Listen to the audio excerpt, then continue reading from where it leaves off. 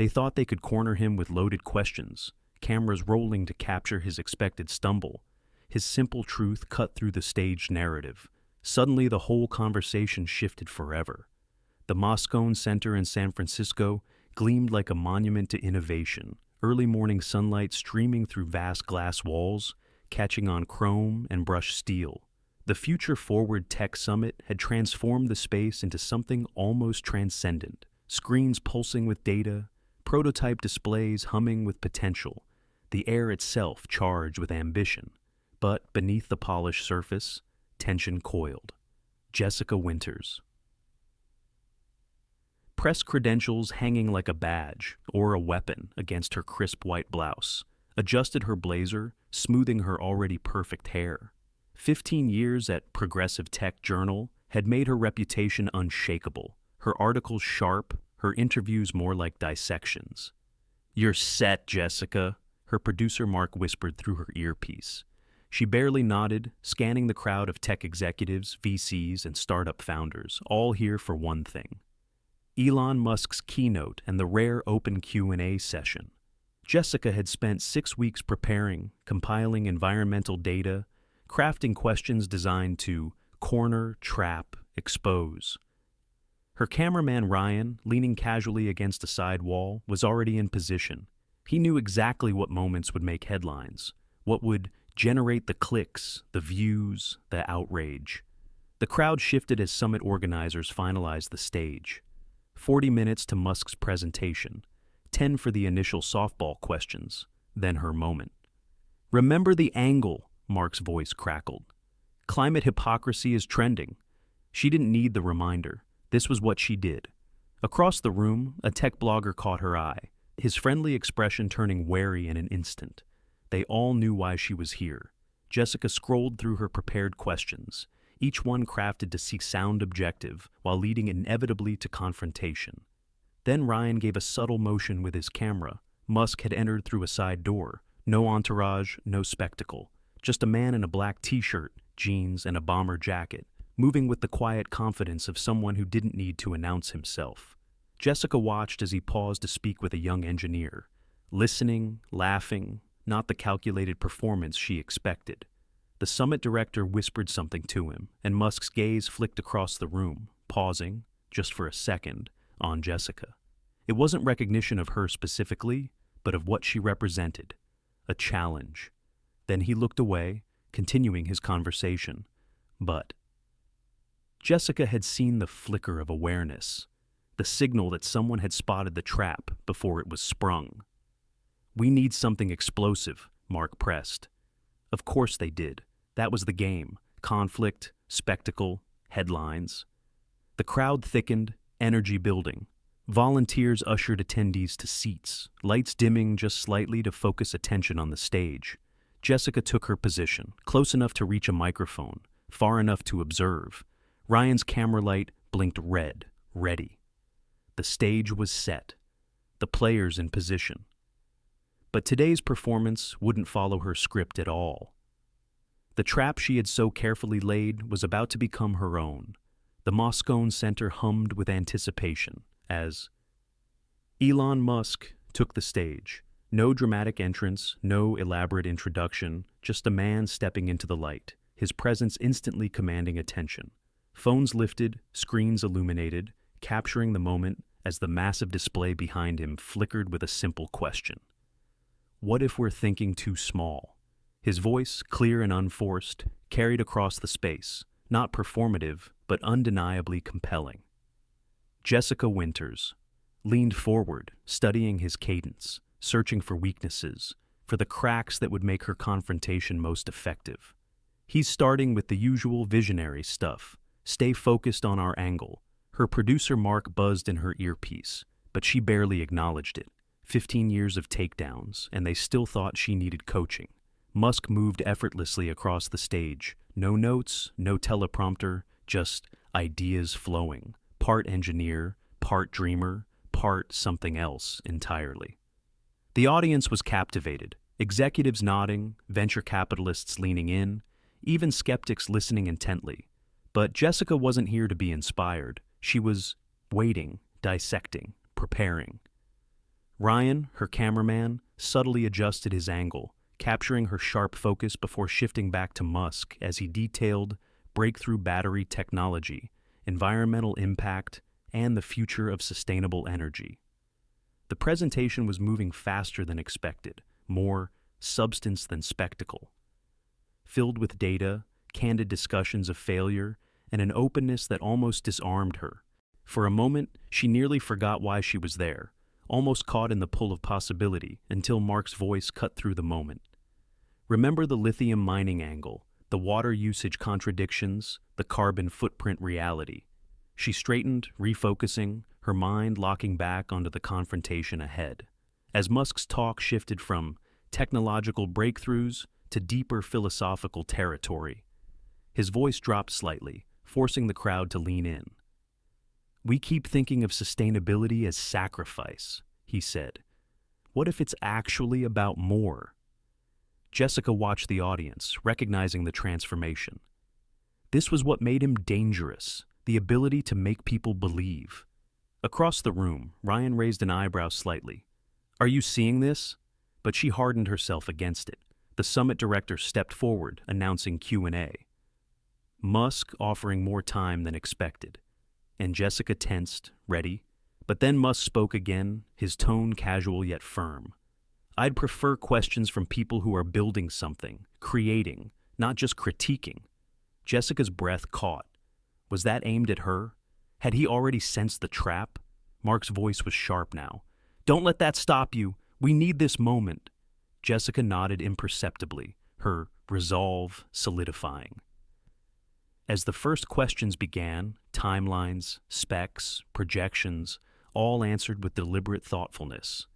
Then, her moment. She raised her hand higher, heart pounding with the familiar prey-confrontation adrenaline that had fueled her career. The summit director pointed her way, and as the microphone was placed in her hand, camera lights intensified. As if the room itself recognized what was coming, she stood, smoothing her blazer, and delivered her opening move. "Mr. Musk, I'd like to address the disconnect between your environmental messaging and Tesla's actual manufacturing impact." The room tensed. Ryan's camera zoomed in, catching every flicker of expression. Musk didn't rush to respond, didn't scramble to fill the silence. A mistake so many had made before. Instead, he studied her, considering not just her words, but something deeper, the trap she had set, the performance she was staging. Then, he smiled. Not defensive, not confrontational, something else entirely. And in that instant, Jessica realized this wasn't going to follow her script at all. "That's an interesting framing," Musk said, his voice even, not defensive, not combative, just present in a way that made Jessica's question feel smaller than when she'd asked it. "I'm curious what specific disconnect you believe exists." Jessica felt the shift, the subtle way he had redirected, placing the burden of specificity on her. But she was prepared. Weeks of research. "Tesla claims to lead the environmental revolution," she pressed, gripping the microphone. "Yet your lithium mining operations consume millions of gallons of water in drought-prone regions. Your factories have faced environmental violations. The carbon footprint of manufacturing each vehicle is substantial." The audience tensed, leaning in, controversy creating its own gravity. "Perfect," she thought, exactly as planned. Mark's voice hummed in her ear. "Keep pushing, get a reaction."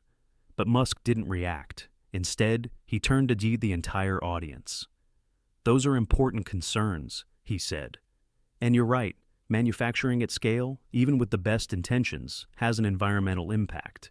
The room stilled. No denial, no corporate deflection. "We actually published a report last quarter detailing our water usage, emissions, and remediation efforts. It's public, with raw data." Jessica felt a slight shift beneath her, but stayed on course. "Reports can be curated, Mr. Musk. Your claims rely on decades-ahead projections while the damage happens now." She built momentum, her words sharper, the kind of confrontation that made her career. Phones recorded, the moment intensified. The audience wanted this. Conflict, spectacle, a takedown. But Musk didn't push back. Instead, he studied her. Not defensive, not dismissive, curious. That's partially accurate, and he said, but I think it misses something important. Jessica didn't let him pivot. What's important, she cut in, is that while you're selling environmental salvation, your own SEC filings show massive resource consumption. The contradiction seems worth examining. Mark's voice, that's it. Keep him on defense. But Musk wasn't on defense. He wasn't following the script. You've done your research, he acknowledged, and those concerns are legitimate. I won't pretend our manufacturing has zero impact. That would be dishonest. A murmur rippled through the crowd. This wasn't expected. Jessica had prepared for denial, spin, evasion. Instead, Musk asked, "Aren't we comparing the wrong things?" Jessica moved to block the pivot. "The question is about accountability, Mr. Musk. The gap between marketing and verifiable reality." Her voice, sharp, precise. The audience leaned in. "Is it about accountability?" Musk countered, "or is it about perspective?" Jessica's pulse quickened. He wasn't counterpunching, he was reframing. Tesla marketing promises EVs are a step away from fossil fuels, not impact-free. Our reports acknowledge trade-offs, the engineering briefings, the environmental data, the challenges. Jessica wasn't used to this. Executives who owned flaws before being forced to. But she adapted. "You speak of transparency," she pressed, "yet your factories have faced multiple violations. Workers report unsafe conditions. Your response has been dismissive at best." The room tightened.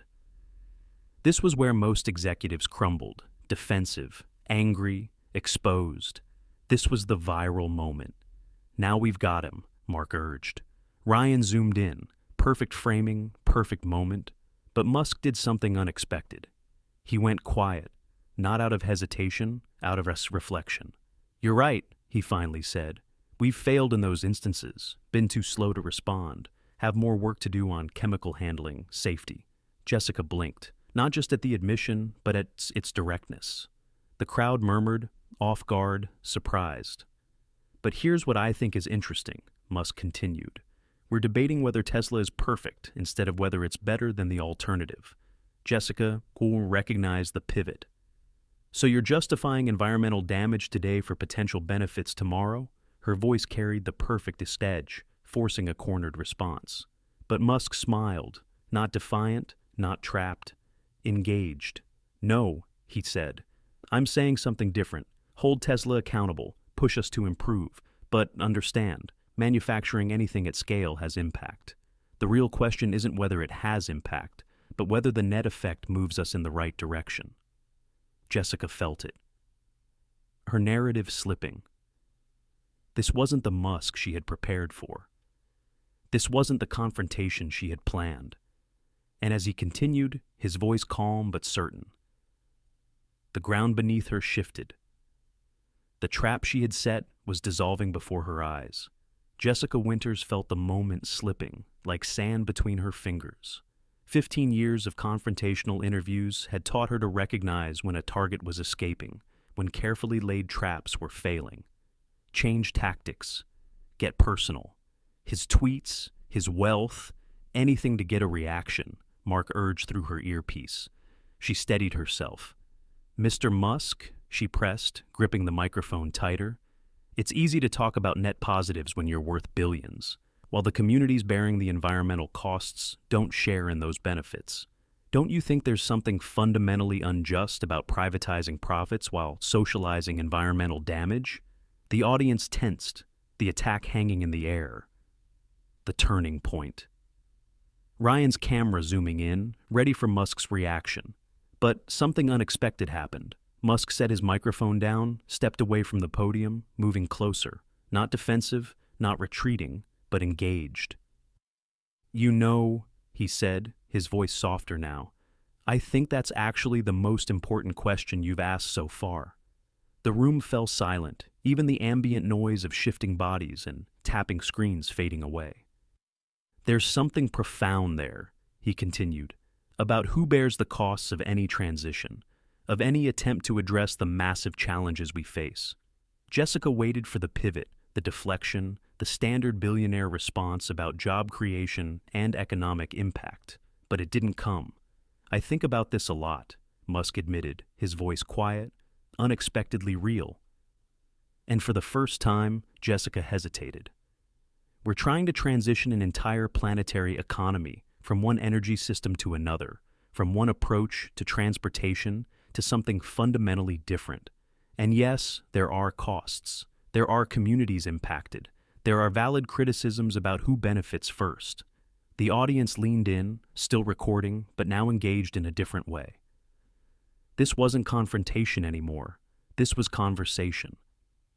Something authentic. Even Jessica felt it, and suddenly her prepared follow-ups seemed hollow. "I don't have a perfect answer," Musk admitted, "and maybe that's something people like me don't say often enough. The systems we're working within are deeply flawed. The transition is messy, imperfect, painful, even when we're trying to do right." Mark's voice cut in, "Push harder, don't let him off the hook." But for the first time in her career, Jessica removed her earpiece, let it dangle at her side. Ryan caught it on camera. The moment the game changed. Musk kept speaking, not to defend, not to win, but to engage with something real. "We published something recently that didn't get much attention, a comprehensive analysis of every environmental impact, not just the positives. Water usage, mineral sourcing, manufacturing emissions, with specific measurable commitments for improvement, and a framework for communities most affected to hold us accountable." The silence in the room shifted from expectant tension to deep attention. Jessica found herself listening, not for weakness, but for understanding. There would be no viral takedown, no career-making confrontation, but something more important, Oriasis, was unfolding. "Mr. Musk," she asked, her voice softer now, "what would meaningful accountability actually look like?" Their eyes met, something passing between them. "Let me show you something," Musk said, turning to the screen behind him.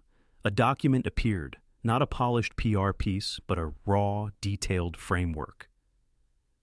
Direct community representation on oversight boards, transparent quarterly reporting on all environmental metrics, third-party verification, profit sharing for impacted communities, real redress mechanisms when Tesla failed to meet its standards. The room was transformed. Executives took notes, activists expecting a fight were now documenting instead. Reevaluating in real time, Ryan widened the shot, capturing the shift from cynicism to cautious engagement. Jessica felt something unfamiliar. Not the rush of a takedown, but the quiet weight of something that actually mattered. "Is this perfect?" Musk asked, looking directly at her. "Number. It's a starting point, a framework that must evolve as we learn, as we listen, as we face the real challenges of transforming how humans interact with this planet." He paused. "And I want to thank you for asking these questions, for pushing for accountability. Because without that pressure, without that scrutiny, we wouldn't build better systems." The words hung in the air, genuine, unexpected, revolutionary in their simplicity. Jessica Winters, who had come to expose, to attack, to create conflict, found herself nodding, found herself engaged in something deeper than a headline. And in that moment, everything changed. Not just the interview, not just the event, but the conversation itself. The Comascone Center felt different now. The air itself transformed as something authentic replaced the manufactured tension.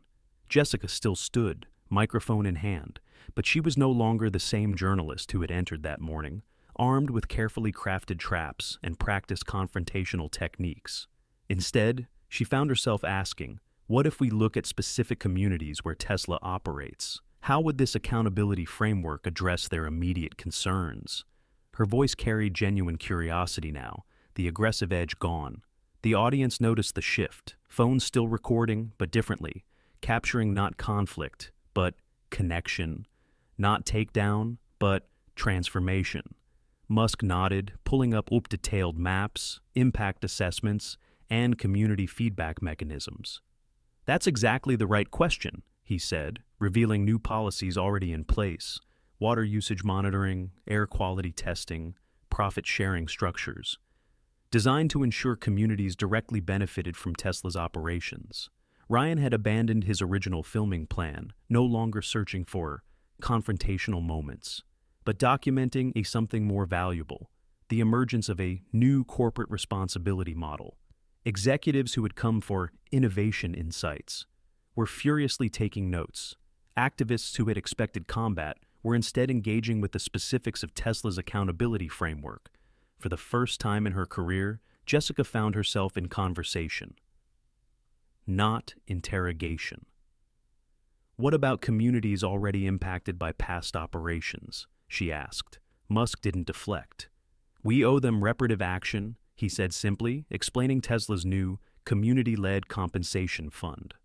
The room hummed, not with conflict, but with possibility. Then, at the edge of her vision, Mark appeared, his face tense with frustration, gesturing for Jessica to get back on script, to create the moment they had come. For the viral confrontation, the takedown. But she couldn't hear his voice anymore, the earpiece dangling, unused. She couldn't return to that space where manufactured outrage mattered more than meaningful dialogue. "This isn't just about Tesla," Musk continued. "This is about creating a template for how all companies should operate. Everything, the frameworks, the data, the mistakes, and the successes, open source, available to anyone." Jessica nodded.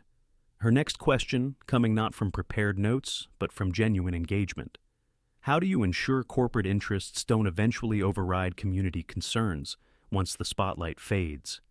It was the question that mattered, the one at the heart of environmental justice. Musk didn't rush to answer, didn't offer platitudes or easy assurances. He thought. "That's the most important challenge," he admitted. "Because history shows us that good intentions fade against financial pressures, shareholder demands, and the relentless drive for profit." The audience leaned in further, executives and environmental activists alike, recognizing the rarity of a CEO acknowledging the fundamental tension at the heart of corporate responsibility.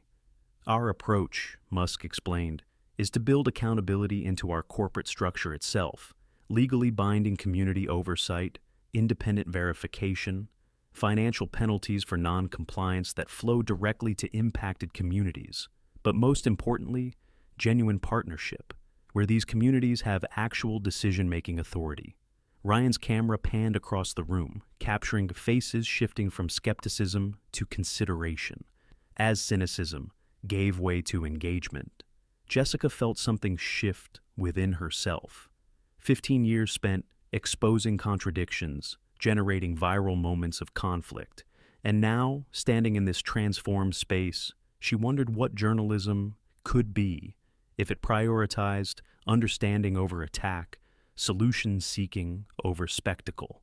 Mark was still gesturing furiously, his face reddening as the confrontation he had meticulously planned dissolved into something more valuable, but less viral, less clickable, less suited to their usual format. Musk, sensing the shift, looked directly at Jessica. "It's easy to criticize," he said, not with judgment, but observation. "It's much harder to build, to solve, to improve imperfectly, step by step, while facing valid criticism." Jessica felt her professional persona transforming. In real time, and when she spoke again, her question emerged from a different place. "What's the most important thing other companies could learn from this approach?" Musk smiled, not the polished, rehearsed-on keynote smile, but the genuine expression of someone in real dialogue. "That progress isn't perfect," he said. "That accountability matters. That affected communities deserve not just consultation, but authority. And most importantly, that we can do hard things together if we're willing to have real conversations about real challenges, without performance, without posturing, without needing to be perfectly right, or to prove others perfectly wrong." The room erupted in applause. Not the polite professional kind, but something deeper, more human. Jessica stood, microphone in hand, watching as the moment unfolded, not just around her, but beyond her, despite her. And Ryan caught it all, his camera documenting not just an event, but a transformation in real time before their eyes. Within minutes of the exchange, the digital world exploded. Clips spread across platforms, moving at the speed of light and outrage, except this time, the outrage wasn't directed where expected. Mark stood in the Moscone Center lobby, face flushed with anger and disbelief, staring at his phone as notifications cascaded like digital raindrops. Viewers weren't celebrating the planned takedown or if of a tech billionaire, they were witnessing something else entirely. Elon Musk transforms hostile interview into masterclass on environmental accountability. Read one headline already trending. Reporter abandons gotcha questions when confronted with actual solutions, proclaimed another. This wasn't the story they had come for. Wasn't the viral moment Progressive Tech Journal had planned. Mark called the network executives, his voice tight with barely controlled panic. "We need to control this narrative," he insisted, but the response from the other end was clear. "It's too late. It's everywhere." Jessica emerged from the main hall, her professional demeanor intact, but something in the way she carried herself had fundamentally changed. Ryan followed, camera lowered, his expression thoughtful. "You know," he said quietly, "this might be the most important thing we've ever captured. Not what we planned, but what happened." Jessica nodded, but didn't speak. She couldn't yet put into words the transformation she had experienced, from hunter to listener, critic to participant. Her phone buzzed relentlessly, colleagues, competitors, viewers, all wanting to understand how the narrative had shifted so completely. But the story was already writing itself across digital space. Twitter flooded with clips, not of confrontation, but of something rarer, genuine dialogue. "This is what accountability actually looks like," wrote a prominent environmental activist, sharing the moment Musk detailed community oversight and profit sharing. "Can we talk about how Jessica Winters just modeled what journalism should be?" commented a media professor, attaching the clip of her removing her earpiece, choosing to listen instead of attack. Even Mark's phone couldn't escape the narrative tsunami. His own network's social media manager had already shared the full exchange with a simple caption: "This changes everything." Inside the Moscone Center, the scheduled program continued, but something had fundamentally shifted. The performative posturing disappeared, replaced by genuine engagement with Musk's accountability framework. Executives approached microphones not to grandstand, but to ask how they could implement similar approaches. Jessica watched from the back, no longer the aggressor, but a witness to something real. Mark stormed toward her, voice low but intense. "What the hell happened in there?" he demanded. "You had him cornered. You had the perfect setup." Jessica met his glare, steady, unshaken. "I found a better story." Mark shook his head, furious. "This isn't what we discussed. This isn't what we planned. This will never get the engagement, the clicks, the shares we needed." Jessica glanced at her phone, the explosion of responses, the trending topics, the viewer numbers climbing exponentially, surpassing anything their manufactured confrontation could have delivered. "I think you're wrong about that," she said, pointing to the trending topics shifting from Musk Confronted and Tesla Exposed to corporate accountability framework and journalism transformation. Outside, media vans arrived, networks scrambling, not to cover the takedown that never happened, but the breakthrough that did. Environmental groups issued statements, not condemning Musk as planned, but cautiously optimistic, calling for other corporations to adopt similar frameworks. Ryan's phone buzzed. His footage had already hit 1 million views, not with trolls and outrage, but with thoughtful engagement. Questions about implementation, accountability, and the future of corporate responsibility. Jessica scrolled through her feed, watching the conversation expand beyond personalities and politics, beyond the usual digital division, toward something more substantial. Her colleague Sophia texted from New York. "What did you do? The network is freaking out. The executives are in emergency meetings, but the numbers are insane. Back inside, Musk continued speaking, not defending, but building on the conversation, each response forming an expanding circle of engagement rather than a defensive perimeter. A tweet from a climate scientist went viral. Did we just witness the creation of a new corporate environmental accountability standard? Jessica's feed filled with interview requests, not about her confrontational tactics, but about her shift in perspective.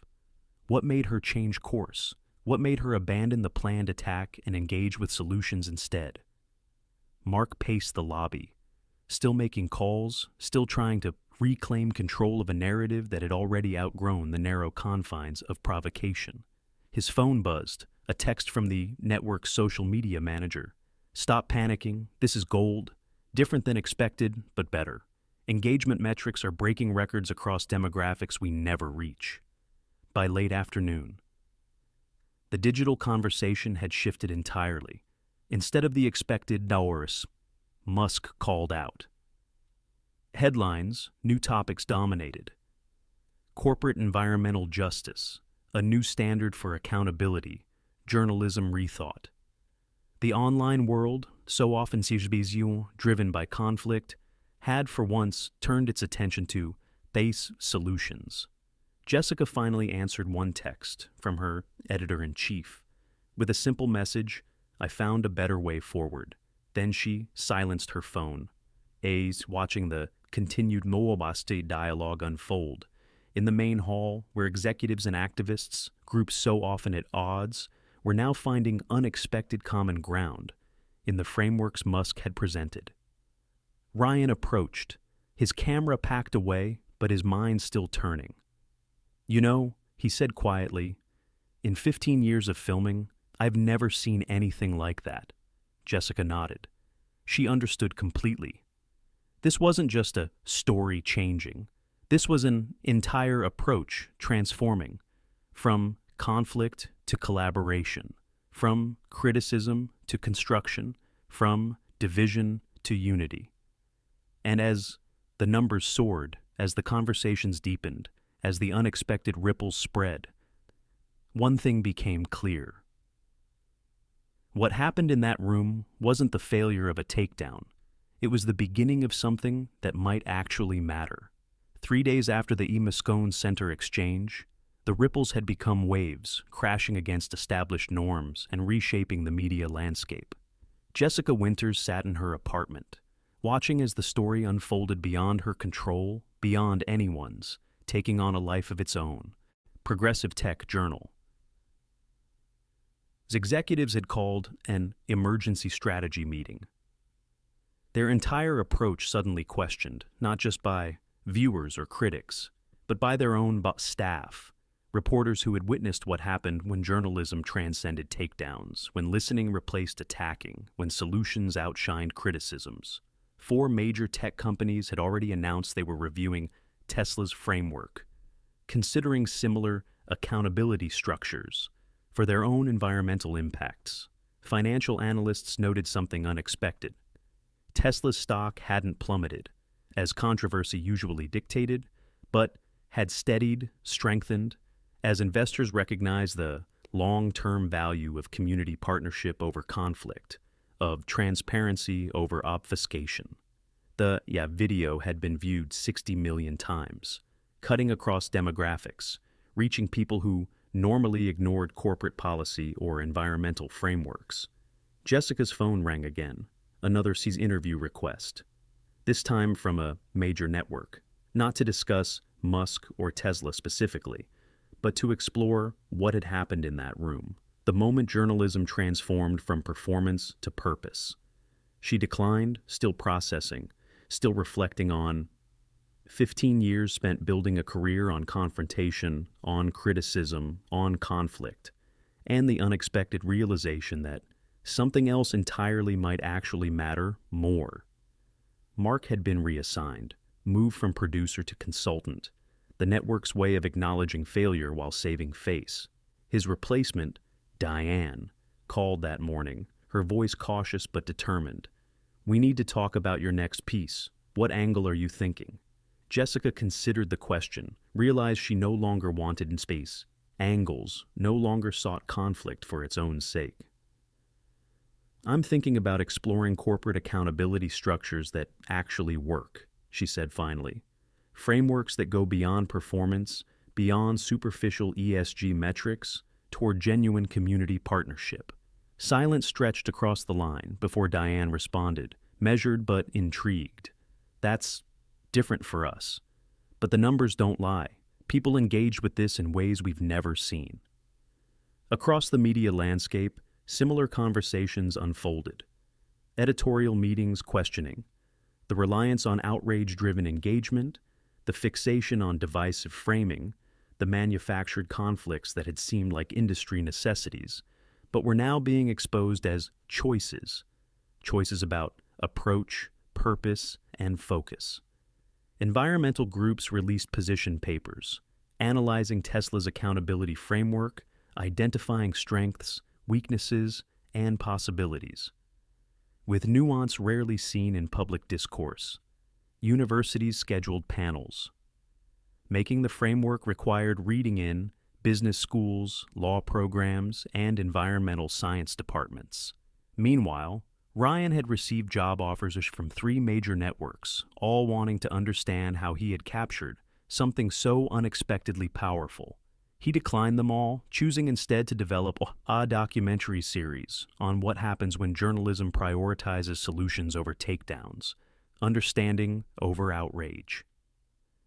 The tech industry felt the shift most acutely, CEOs requesting briefings on Tesla's approach, communications teams rethinking strategies, sustainability officers studying frameworks, board members questioning whether conflict was inevitable or optional, whether different relationships were possible with communities, with critics, with the public. Musk himself had said little since that afternoon, letting the framework speak for itself, allowing the approach, not the personality, not the politics, to spread on its own merits. Jessica scrolled through her emails, pausing at one from an environmental justice advocate who had been present that day. Thank you for listening, for changing course, for showing what's possible when we move beyond performative conflict. She read it twice, considering the unexpected gratitude for what she had initially seen as failure, an abandonment of her role, her purpose, but had instead become something entirely new. Her editor-in-chief finally called, voice cautious but curious. So what happened in there, Jessica? What made you change course? She considered the question, thought back to the exact moment when manufactured outrage felt hollow in the face of genuine engagement. I realized, she said finally, that I was performing a role I'd played 1,000 times before, creating conflict for its own sake when something more important was actually happening. The editor was silent for a moment before asking the question everyone seemed to be asking. Where do we go from here? Jessica looked at her notebook, now filled not with gotcha questions, not with traps and triggers, but with ideas, frameworks, possibilities. I think we start by asking different questions, she said. Not just what's wrong, but what could work. Not just who's to blame, but how we move forward. Not just what divides us, but what we might build together. Across the media landscape, similar realizations dawned. Not everywhere, not completely. The machinery of outrage still churned. But something had shifted. A door had opened, revealing different possibilities. For journalism, for discourse, for tackling complex challenges. The metrics told their own story. Solution-focused content reached wider audiences, viewer retention climbed, engagement deepened.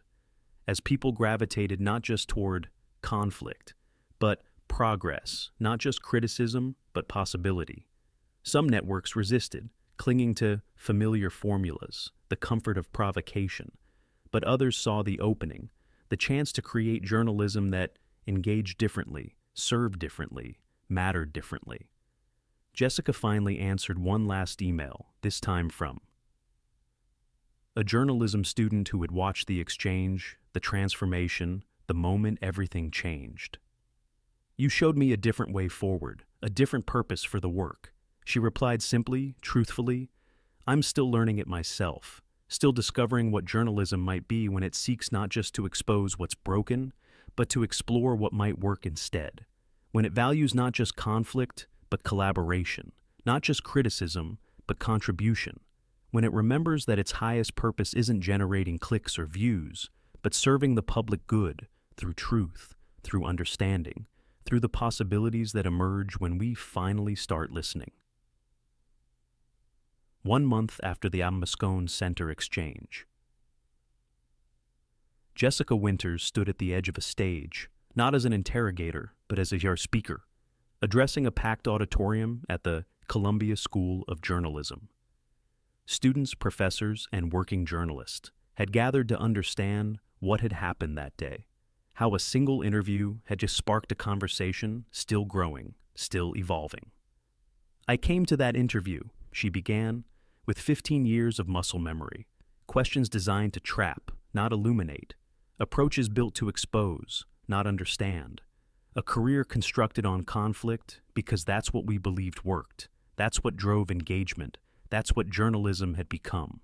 The room was silent, not just students that's learning technique, but seasoned journalists questioning purpose. Across the media landscape, ripples had become waves, and waves had become currents, pulling journalism toward different shores. 3 major networks had since launched initiatives focused on solutions-based reporting, rethinking their dependency on outrage-driven content. Tesla's accountability structure had been implemented by 14 companies, studied by 30 universities, adapted by environmental organizations.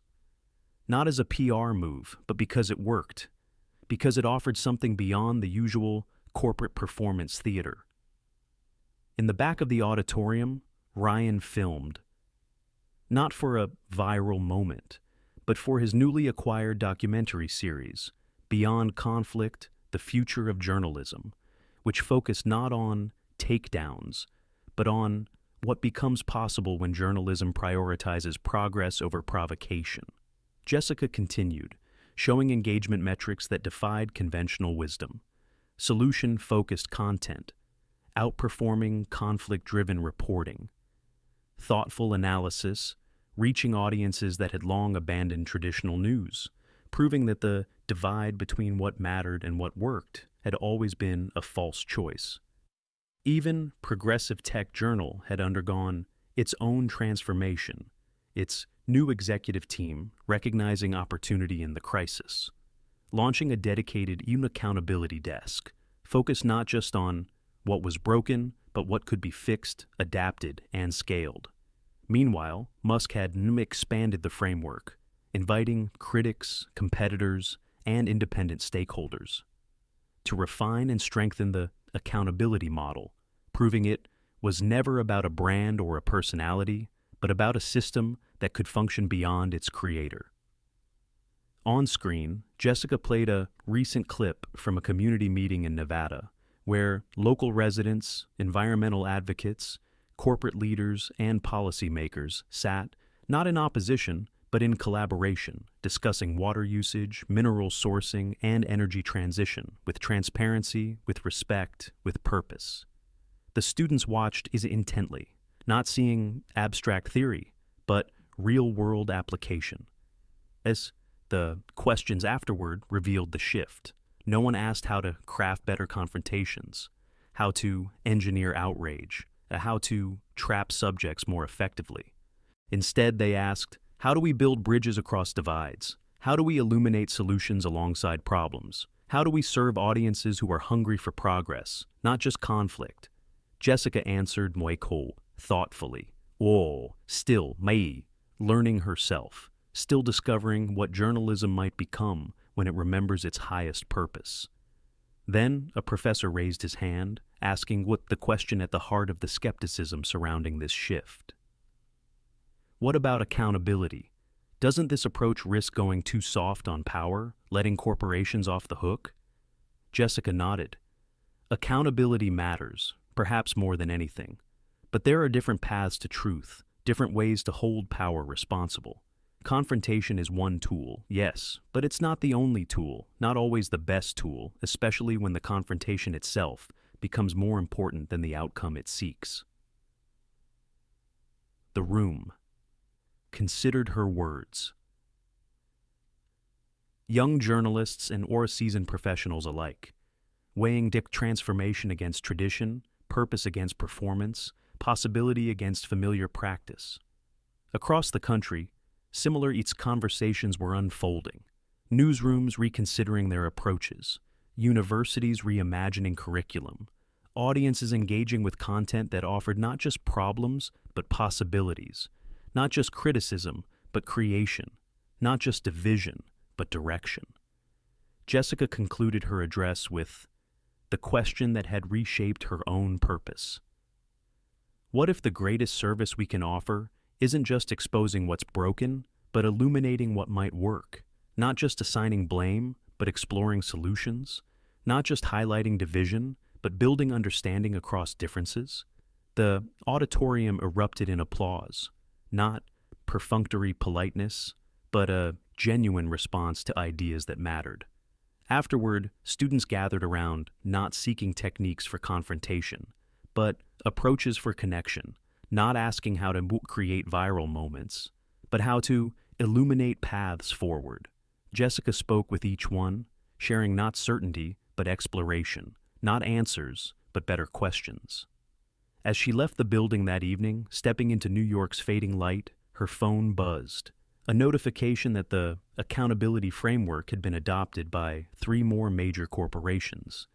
The template spreading not through mandates, but through recognition. That different approaches might actually work better. That conflict wasn't inevitable. That collaboration wasn't naive.